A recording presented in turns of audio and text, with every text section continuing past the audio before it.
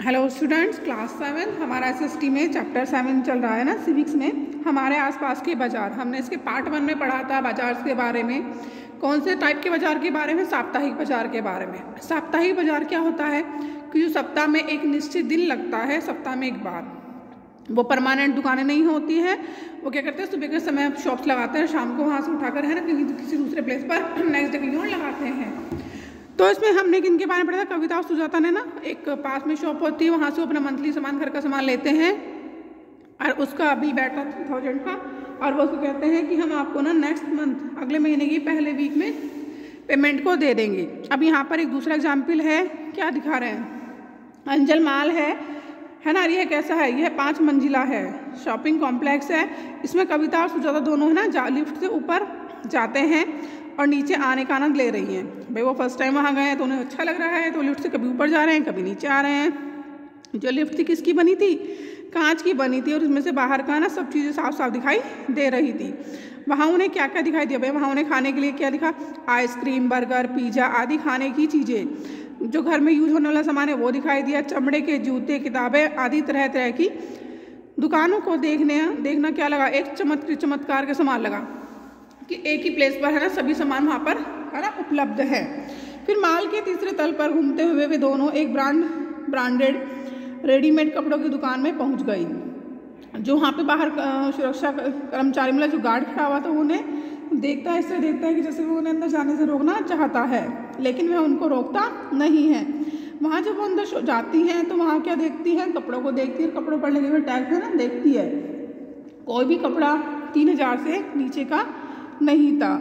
फिर वो है ना अपनी जो साथ में उनको जाती है उसको कहती है ना, सुजाता कविता से कहती है कि मैं तुम्हें एक दूसरी दुकान पर ले चलूँगी जहाँ अच्छी किस्म का कपड़ा ज़्यादा ठीक दामों पर मिल जाएगा।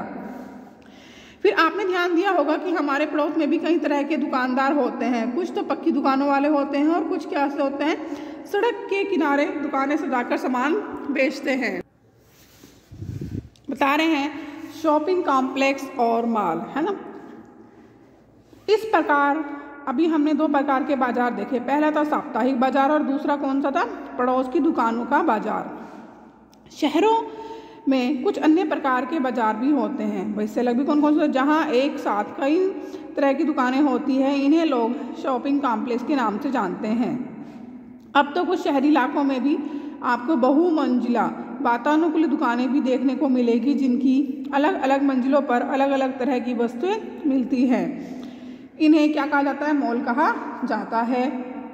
इन शहरी दुकानों में आपको बड़ी बड़ी कंपनियों का ब्रांडेड सामान भी मिलता है और कुछ बिना ब्रांड का सामान भी मिलता है। विज्ञापन वाले अध्याय में आपने पढ़ा था कि ब्रांडेड सामान जिसे कंपनियां बड़े बड़े विज्ञापन देकर और क्वालिटी के दावे करके क्या करती है? बेचती है। और वह सामान कैसा होता है? महंगा होता है। कंपनी अपने ब्रांडेड उत्पादों को बड़े शहरी बाजारों और अपने विशेष शोरूम के लिए रखती है। बिना ब्रांड के उत्पादों की तुलना में इस ब्रांडेड सामान की कीमत का बोझ केवल कुछ ही लोग सह पाते हैं। मतलब कहते हैं कि जो शॉपिंग कॉम्प्लेक्स वगैरह होते हैं, यहाँ पर क्या होता है कि जो बड़े व्यापारी होते हैं, है ना, वो क्या करते हैं कि भाई ज़्यादा कीमत पर है ना सामान बेचते हैं, और उसकी कीमत क्या होती है? ज़्यादा होती है। उस सामान को कुछ ही लोग खरीद पाते हैं। बाजारों की श्रृंखला।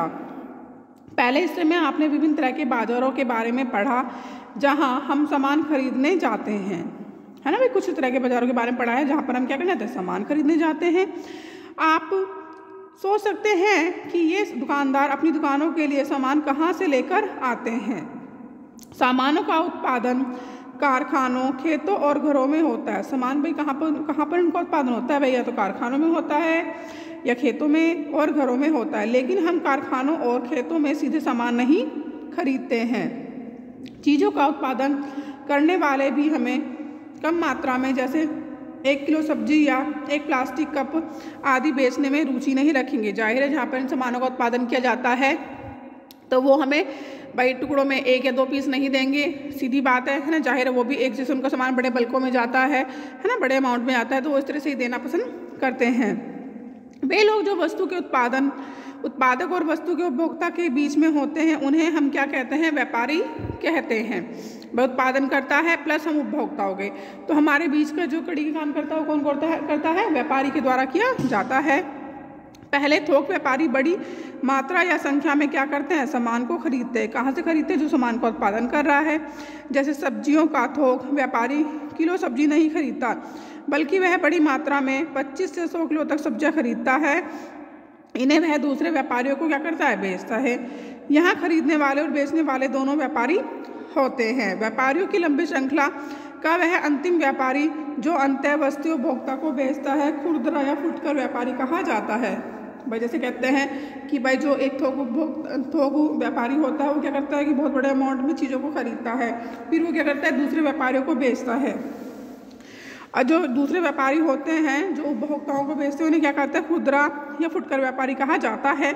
यह वही दुकानदार होते हैं जो आपको पड़ोस की दुकानों, साप्ताहिक बाजार या फिर शॉपिंग कॉम्प्लेक्स में सामान है ना बेचता दिखाई देता है। आपको यहाँ साइड में ना एक फिगर दिखाई गई है। दिल्ली के 10 थोक बाजारों में से 4 ऊपर दिए गए नक्शे में दिखाए गए हैं। अब वो कौन कौन से हैं?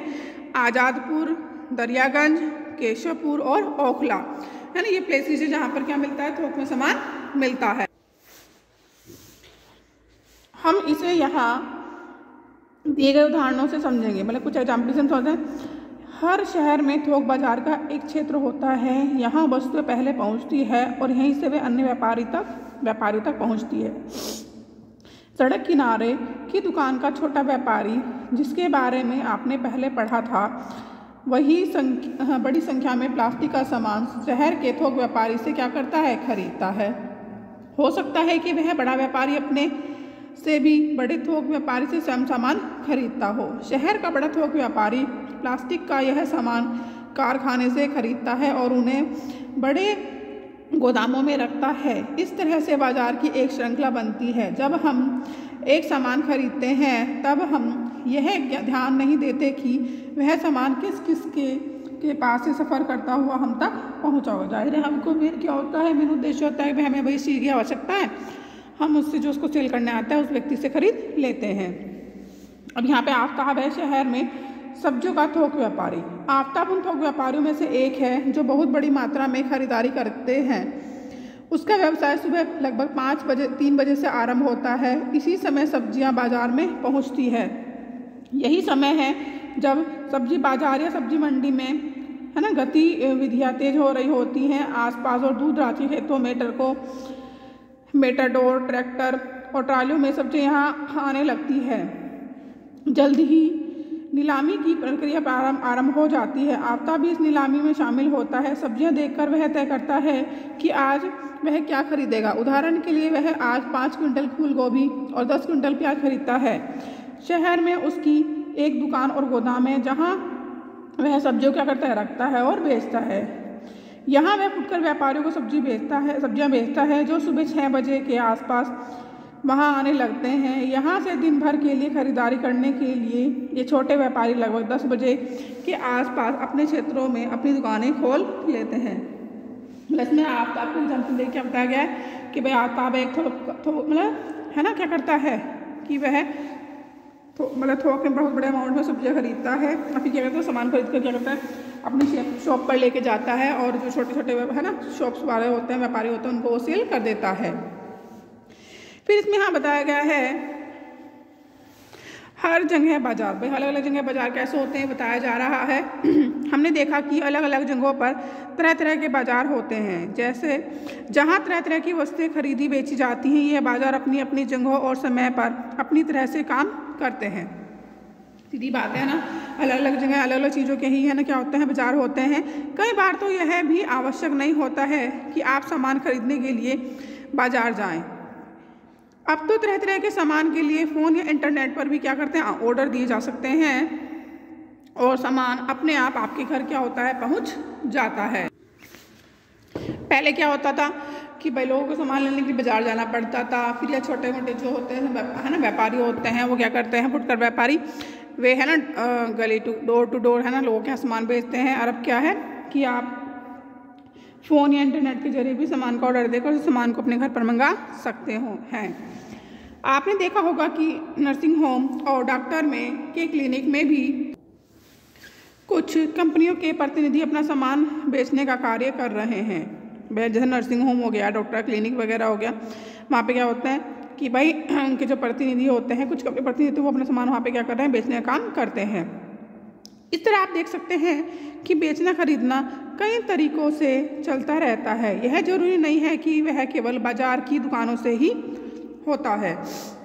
ये तो बाजार के रूप में हैं, वे रूप हैं जो हमें सीधे तौर पर दिखाई देते हैं। ऐसे भी कुछ बाजार होते हैं जिनके बारे में हमारी जानकारी क्या होती है, कम ही होती है, क्योंकि यहाँ बिकने और खरीदने वाली है ना, खरीदी जाने वाली चीज़ें हम सीधे प्रयोग नहीं करते। जैसे एक किसान अपनी फसल की पैदावार बढ़ाने के लिए क्या करता है, कुछ खाद और उर्वरकों का इस्तेमाल करता है।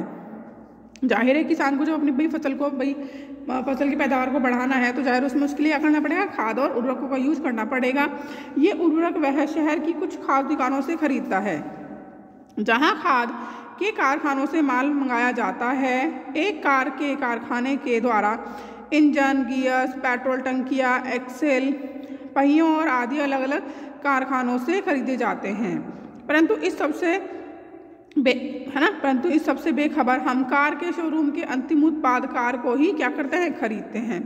सभी चीज़ों के बनाने और बेचने की ही ऐसी कहानी होती है। भाई सीधी बात है, अगर आप मार्केट में देखें कि सपोज करो कोई भी आप चीज़, फॉर एग्जाम्पल यहाँ पे एग्जाम्पल दिया गया है कार का, कि जो कोई भी बड़ी कंपनी कार बनाने वाली है ना, उसके अलग अलग पार्ट्स को अलग अलग प्लेस से खरीदती है और एक जगह पर क्या करती है ना, उनको असेंबल करती है और उसको बना देती है और मार्केट में बेचने के लिए उतार देती है।